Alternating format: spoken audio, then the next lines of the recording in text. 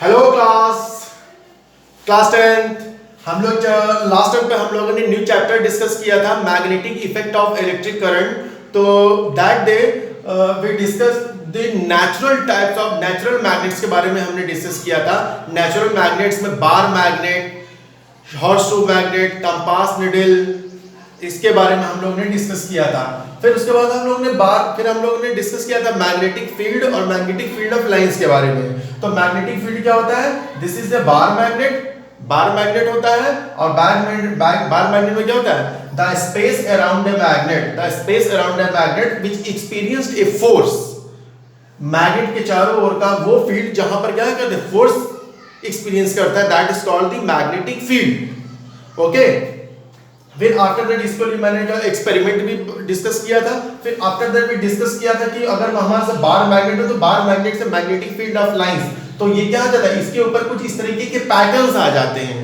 जो क्या करते हैं हम लोग, क्या करते हैं, एक पेपर के ऊपर ये यहाँ पर ये मैग्नेट बार रखते हैं, उसके ऊपर आयरन का स्प्रिंकल रखते हैं, इस तरह के कुछ पैटर्न्स आ जाते हैं। तो मैग्नेटिक फील्ड लाइंस क्या हो जाता है? Magnetic field lines is the imaginary path lines which tell about the direction of magnetic field and also the north pole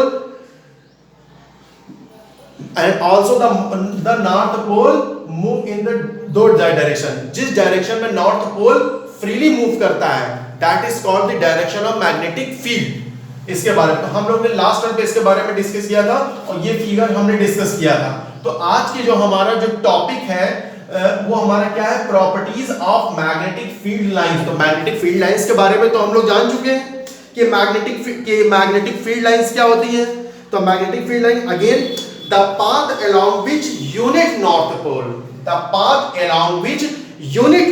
pole moves in a magnetic field, यानी कि north pole magnetic field में जिस direction पे move करता है उसी को हम लोग बोलते हैं मैग्नेटिक फील्ड लाइन। तो इसकी प्रॉपर्टीज में हम लोग नंबर 1 फर्स्ट प्रॉपर्टीज के बारे में डिस्कस करते हैं इसकी मैग्नेटिक फील्ड लाइंस में। तो जो मैग्नेटिक फील्ड लाइंस होती हैं, मैग्नेटिक फील्ड लाइंस या magnetic force lines are closed. कैसा होता है ये? Closed continuous curve. ये क्या होता है? क्लोज्ड एंड कंटीन्यूअस कर्व होता है। क्यों होता है? ये क्यों होता है? क्योंकि because the magnetic lines of force emerge from the north pole and goes to the south pole। क्या करते हैं? Magnetic lines of force originate from the north pole and goes to the south pole, but the magnetic lines run from south to। तो यहां पर आने के बाद जब नॉर्थ से साउथ पोल पे आती है तो यहां पे ये स्टॉप नहीं होती हैं, बट क्या करती है? Magnetic lines of force inside the magnet ये यहां से क्या करती हैं? साउथ टू नॉर्थ जाती हैं। तो क्या करती हैं? यानी कि एक्चुअल में क्या बना लेती हैं? ये एक क्लोज्ड एंड कंटीन्यूअस कर्व बनाती हैं। तो क्या होगा? Magnetic lines of force are closed and continuous curve because the magnetic lines originate from the north pole, goes to the south pole, but at this pole is not interrupt, is continuous south to north pole। तो इसका मैं इससे क्या पता चला कि magnetic bar magnet outside the magnetic field of lines की direction north to south pole होती है और इनसाइड द मैग्नेट डायरेक्शन क्या होती है? साउथ टू नॉर्थ इसकी डायरेक्शन होती है। ओके। तो इसका मतलब क्या हुआ? यहां से the direction of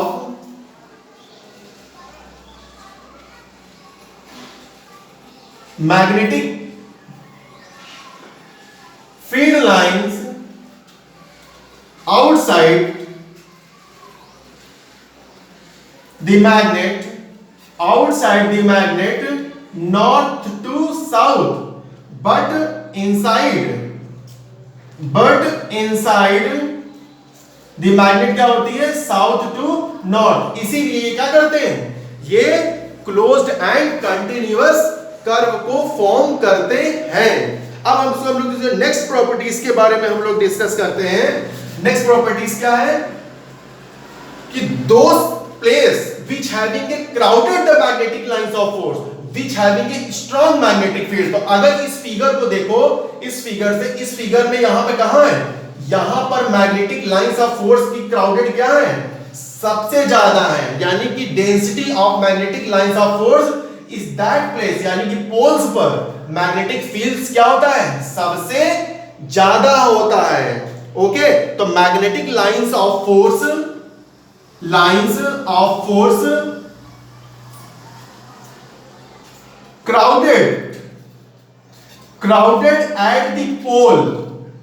crowded at the pole, तो नॉर्थ और साउथ पोल पर ये बहुत ज्यादा होता है। तो यानी कि क्राउडेड होने की वजह से यहां पर मैग्नेटिक फील्ड क्या होती है, स्ट्रांग होती है इस जगह पे।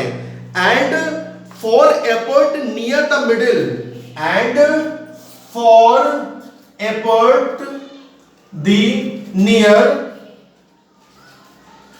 अब मिडिल में देखो, मिडिल में क्या है, यहां पर मिडिल में क्या है, मिडिल में सबसे कम, देखो यहां पे ज्यादा यहां ज्यादा है, पर मिडिल में क्या है, यहां मिडिल में क्या है, मिडिल में सबसे कम मैग्नेटिक लाइंस ऑफ फोर्स है। तो इसका मतलब क्या हुआ कि मिडिल पे सबसे क्या होता है, वीकेस्ट, सबसे कम मैग्नेटिक फील्ड कहां होती है, मिडिल में होती है। ओके, तो ये for near the middle of the magnet, middle of the magnet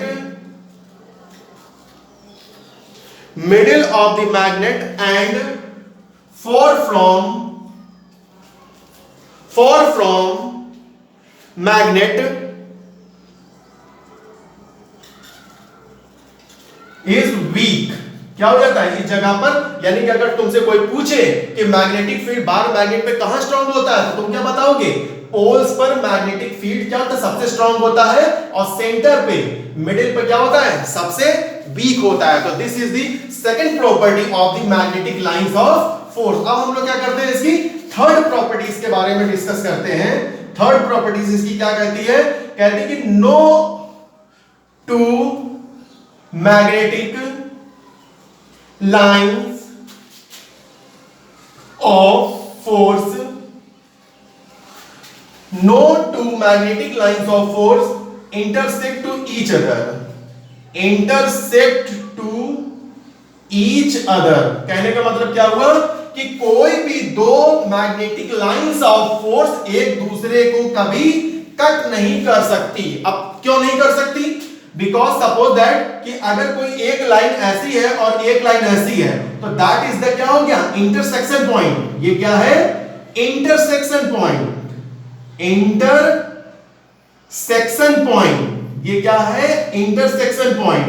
और at the intersection point we draw two tangents, यानी कि इस डायरेक्शन पे यहां पर एक टेंजेंट हम यहां पे ड्रॉ कर सकते हैं और एक टेंजेंट इस जगह पे ड्रॉ कर सकते हैं। तो इसका मतलब क्या हुआ कि मैग्नेटिक लाइंस ऑफ फोर्स की दो डायरेक्शन होगी। दो डायरेक्शन का मतलब क्या हुआ, इसका मतलब ये हुआ कि नॉर्थ पोल इधर भी जाएगा इधर भी जाएगा। इसका मतलब क्या हुआ, which is not possible, which is not possible. इसलिए दो मैग्नेटिक लाइंस ऑफ फोर्स कभी भी can not intersect to each other. क्यों, because at the point of intersection draw two lines, it mean two direction. This is the tangent, इसमें दो direction, जो कि विच is not possible. ये क्या है, विच इज नॉट पॉसिबल, ये ऐसा पॉसिबल नहीं है, ऐसा पॉसिबल नहीं हो सकता है। ओके, तो नो, तो हमारे पास ये दूसरी, ये हमारे पास ये हो गया।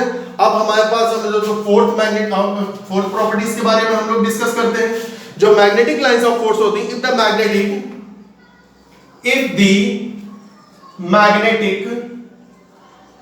Lines of force, if the magnetic lines of force are parallel, क्या हो, parallel हो, if the parallel and equidistance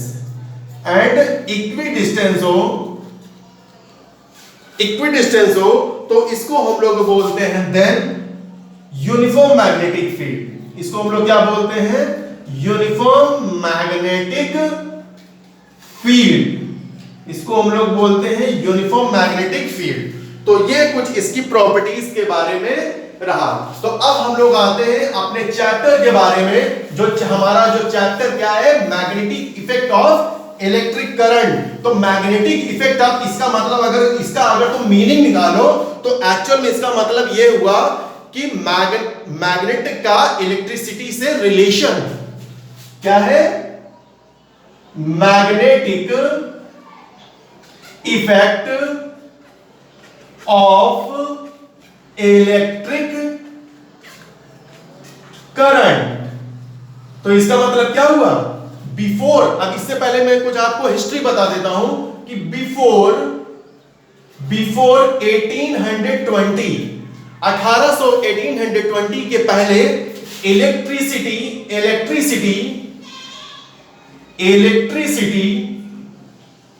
और मैग्नेटिज्म क्या होते हैं, दो डिफरेंट टॉपिक्स हुआ करते थे।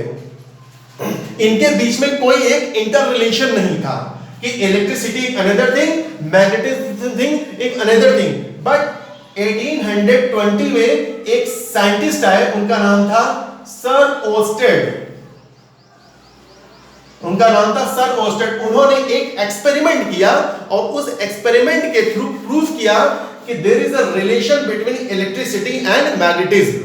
तो हम लोग देखते हैं कि वो एक्सपेरिमेंट क्या था। तो ये जो एक्सपेरिमेंट के बारे में है वो कौन सा एक्सपेरिमेंट है, ओस्टेड एक्सपेरिमेंट। तो मैं डिस्कस करने जा रहा हूं ओस्टेड एक्सपेरिमेंट। और ये कब किया गया, 1820 पे, यानी कि इनके बीच में क्या बनाया, एक रिलेशन, और उस रिलेशन को बोलते हैं इलेक्ट्रोमैग्नेटिज्म, जिसके बेस पे after 1820 so many inventions are possible, electricity, televisions, computer and different things.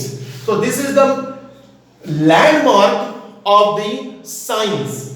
यहां पे तो हम लोग, इन्होंने क्या किया, सर ऑस्टेड ने क्या किया, यहां पर उन्होंने क्या किया, यहां पर एक वायर ले लिया। क्या लिया, सपोज दैट एक वायर ले लिया और वायर को किससे कनेक्ट कर दिया, वायर को यहां पर एक बैटरी से कनेक्ट कर दिया। बैटरी को हमने यहां पे लगाया, क्या लगाया, की। कैसी की है ये, वन वे की है। ये कैसी है, वन वे की। और इसको हमने अपनी सर्किट को पूरा कर दिया। यानी कि ये क्या है, ये हमारा एक वायर है। मान लो सपोज दैट ये कॉपर का वायर है, ओके। तो जब तक यहां पर अभी क्या है, की ऑफ है, क्या है, ये ऑफ है। तो जब तक ये ऑफ है तो मैंने यहां पे क्या रखा, मैंने यहां पर रखा एक कंपास। और कंपास के बारे में मैंने बताया है। तो कंपास को जब मैंने स्टार्टिंग में ऐसे किया तो कंपास कैसे था, नॉर्थ ऐसा था, साउथ ऐसा था, okay. when no current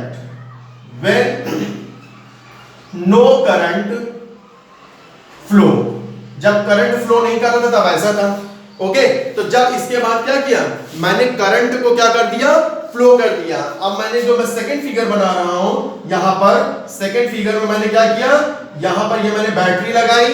battery लगाने के बाद क्या किया, मैंने यहां पर इसको की को क्या कर दिया, मैंने ऐड कर दिया। और ये दिस इज AB, यहां पर AB, ये क्या हो गया, प्लस माइनस। यहां पर ये बैटरी यहां पे लगा के, और मैंने क्या किया, मैंने करंट इसमें फ्लो करने लगा। इसमें क्या किया, करंट फ्लो करने लगा। जैसे इसमें करंट फ्लो करने लगा तो जो यहां पे जो कंपास रखा था, क्या हुआ, कंपास मूव कर गया। और कंपास की डायरेक्शन कुछ कैसी हो गई, कुछ इस तरीके से। कंपास की डायरेक्शन नॉर्थ इधर चला गया, साउथ इधर चला गया। एक्चुअली इसका मतलब क्या हो गया कि when electric current flowing in a wire, then the compass moves, यानी deflection in the compass में क्या हो गया, deflection प्रोड्यूस हो गया। इसका मतलब क्या हुआ कि जब हम लोगों ने बैटरी के थ्रू वायर में इलेक्ट्रिक करंट प्रोड्यूस किया तो क्या हो गया, इस कंपास में डिफ्लेक्शन प्रोड्यूस हो गया। और डिफ्लेक्शन का मतलब होता है कि यहां पर क्या है, मैग्नेटिज्म प्रोड्यूस हो गई। फिर अनदर टाइम मैंने क्या किया, नेक्स्ट टाइम मैंने क्या, इसकी पोलैरिटी चेंज कर दी। पोलैरिटी का मतलब यहां पे मैंने नेगेटिव कर दिया और यहां पे पॉजिटिव कर दिया। तो जब मैंने यहां पर इस साइड से ऐसे किया, यहां पर इस साइड से इस तरीके से किया, तो यहां पे क्या हो गया, अब की बार क्या हो गया, इसका भी जो डिफ्लेक्शन क्या हो गया, अपोजिट हो गया। इसका मतलब क्या हो गया, if the change the current, इसका तो यहां पे क्या हो गया, जब मैंने किया तो अब की बार मैं देखता हूं कि अब की बार क्या हो गया, साउथ इधर हो गया, नॉर्थ इधर हो गया, तो पहले नॉर्थ यहां पे था, अब की बार नॉर्थ इधर हो गया। इसका मतलब क्या हो गया कि if the direction of the current will change, then the deflection of the compass will be changed। इसका मतलब क्या हुआ कि इलेक्ट्रिसिटी का मैग्नेटिज्म से क्या है, कोई एक रिलेशन है और उस रिलेशन को हमें जानना। तो इसका मतलब फाइनली इसका मतलब क्या हुआ, तो हमारा जो चैप्टर है मैग्नेटिक इफेक्ट, तो ये मैग्नेटिक इफेक्ट क्यों प्रोड्यूस हो रहा है, magnetic effect produce due to electric current. अगर इलेक्ट्रिक करंट यहां पे क्या है, फर्स्ट कंडीशन में इलेक्ट्रिक करंट यहां पे क्या है, ऑफ स्टेज में है। जब करंट ऑफ रहता है तो मैं क्या है, कंपास क्या होता है, रेस्ट की पोजीशन में, नॉर्थ साउथ की पोजीशन में है। तो इसका मतलब क्या हुआ है, जब तक इलेक्ट्रिक करंट इलेक्ट्रिक सर्किट में फ्लो करती है तब तक उसके चारों ओर क्या होता है, around the magnetism produced, otherwise current will be magnetism will be stopped, electric current will be stopped। that phenomena is known as electric magnetic effect of electric current। अब इससे हमको एक रिलेशन मिला, एक हमको यहां पर क्या होगा, एक हमको यहां पर एक रिलेशन मिला। अब हम उसको यानी कि इसका मतलब क्या होगा, यहां से इससे हमको यहां से ये मिला कि electric current is charge in motion. ये इससे यहां से कंक्लूजन निकला, electric current in charge in motion क्या होता है। और हम लोग बोलते नहीं है, इलेक्ट्रिक करंट की डेफिनेशन हम लोग क्या बोलते हैं, rate of flow of charge. यानी कि मतलब क्या होता है कि जब, इसका मतलब क्या हुआ, जब चार्ज मोशन में होगा, जब चार्ज मोशन में होगा देन प्रोड्यूसेस ए मैग्नेटिज्म। तो this is the very important in concluded, moving charge, that is moving charge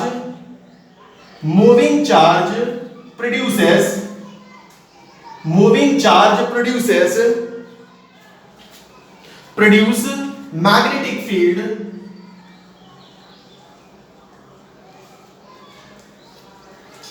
magnetic field in the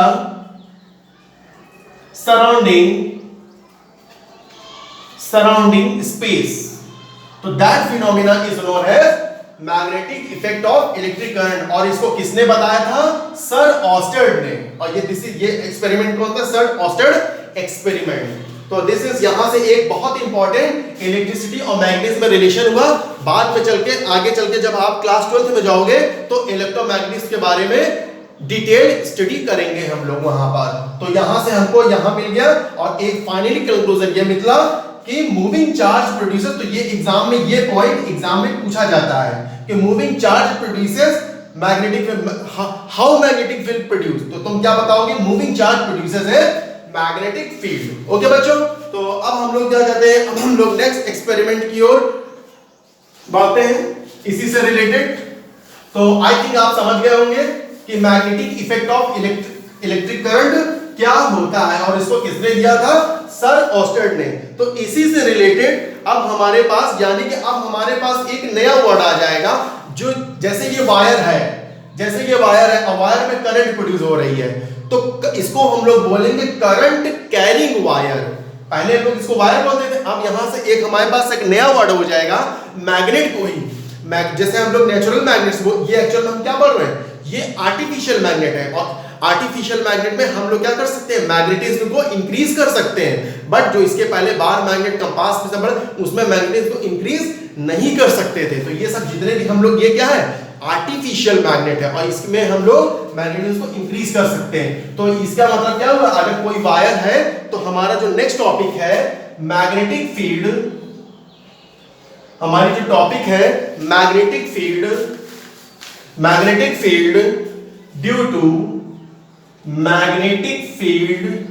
due to current carrying.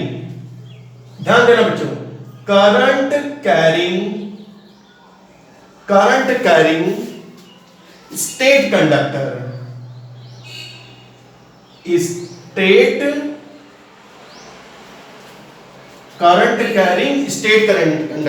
यानी कि मैं एक ऐसा वायर लूंगा जिसमें इलेक्ट्रिक करंट प्रोड्यूस होगी और इलेक्ट्रिक करंट के प्रोड्यूस होने के साथ साथ वो वायर की शेप कैसी होगी, स्ट्रेट लाइन होगी।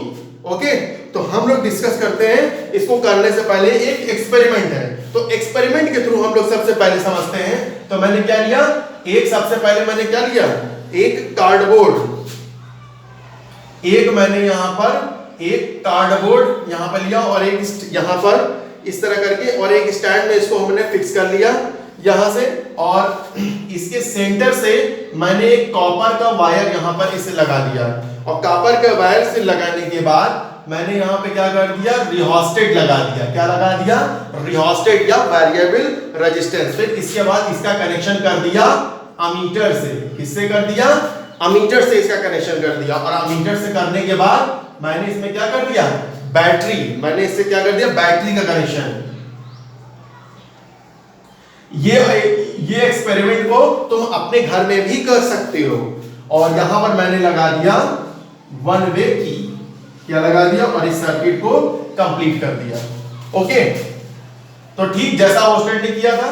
तो अगर मैं की को ऑन कर देता हूं, जब मैं की को ऑन करता हूं तो क्या होता है, इसके अंदर इलेक्ट्रिक करंट क्या होती है, इसके अंदर इलेक्ट्रिक करंट फ्लो होने लगती है। और यहां पे क्या है, ये कार्डबोर्ड है, ये क्या है, कार्डबोर्ड है, जिसको मैंने क्या है, एक स्टैंड के थ्रू क्या किया, इसको यहां पर फंसाया हुआ है। ओके, और ये बीच से उसके मैंने एक यहां वायर लगाया है, और ये क्या है, ये ए और बी, ये क्या है, ये कंडक्टिंग वायर है, ये क्या है, कंडक्टिंग वायर है। ये कॉपर का हो सकता है, एल्युमिनियम का हो सकता है। जब मैं इसके अंदर करंट प्रोड्यूस करता हूं तो क्या होगा, इस वायर के चारों ओर क्या होगा, मैग्नेटिक फील्ड प्रोड्यूस होगा। अब मुझे देखना है कि इसकी मैग्नेटिक फील्ड कैसी है, तो मैं क्या करूंगा, इसके ऊपर आयरन स्प्रिंकल डाल दूंगा। क्या कर दूंगा, आयरन स्प्रिंकल इसके ऊपर डाल। जब मैं इसके ऊपर आयरन स्प्रिंकल्स डालता हूं तो मैं देखता हूं कि कुछ इस तरीके का पैटर्न बन जाता है। जब मैं आयरन स्प्रिंकल डालता हूं तो इसमें क्या होता है, कुछ इस तरीके का इसमें पैटर्न बन जाता है। यानी कि किस तरीके का पैटर्न है, डिफरेंट टाइप्स ऑफ, यानी कि ये कुछ इस तरीके का, ये इसमें क्या है, कुछ इस तरीके का पैटर्न है। और ध्यान से देखो ये पैटर्न कैसा है, सर्किल का है। इसमें क्या कितने सर्किल है, 1 2 3 4 मतलब सो मेनी सर्कल्स हैं। तो इस टाइप के सर्कल्स को हम लोग क्या बोलते हैं, कंसेंट्रिक सर्कल्स। क्या बोलते हैं, कंसेंट्रिक सर्कल, कंसेंट्रिक सर्कल। तो इसका मतलब क्या हो गया, the pattern of the pattern of magnetic field lines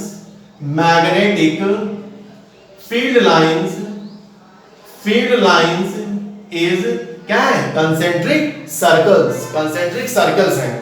okay, तो इसका पैटर्न कैसा आता है, और ये कंडक्टर कैसा है, स्ट्रेट है।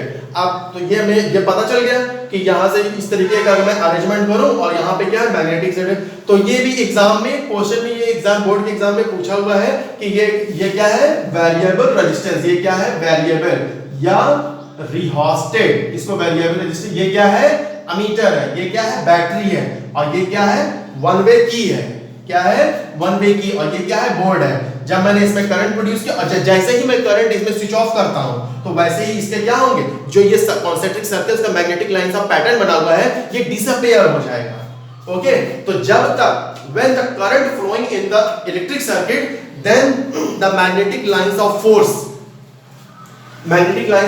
Produces in the cardboard. When electric current will be 0, then it will be disappear. तो this is, अब हम लोग इसकी डिपेंड करते हैं, स्ट्रेंथ की बात करते हैं। किसकी बात करते हैं, strength of magnetic field. Strength of magnetic field depends, number 1 दो चीज पर डिपेंड करती है। यहां पर हम लोग मैग्नेटिक फील्ड को B से डिनोट करते हैं। तो मैग्नेटिक फील्ड, अगर हम इस पे क्या कर रहे हैं, if the current will be increases, more and more current, अगर पहले हमने 1 एंपियर की करंट प्रोड्यूस करी थी, अब हम सेकंड 2 एंपियर की कर दें, 3 एंपियर कर दें, तो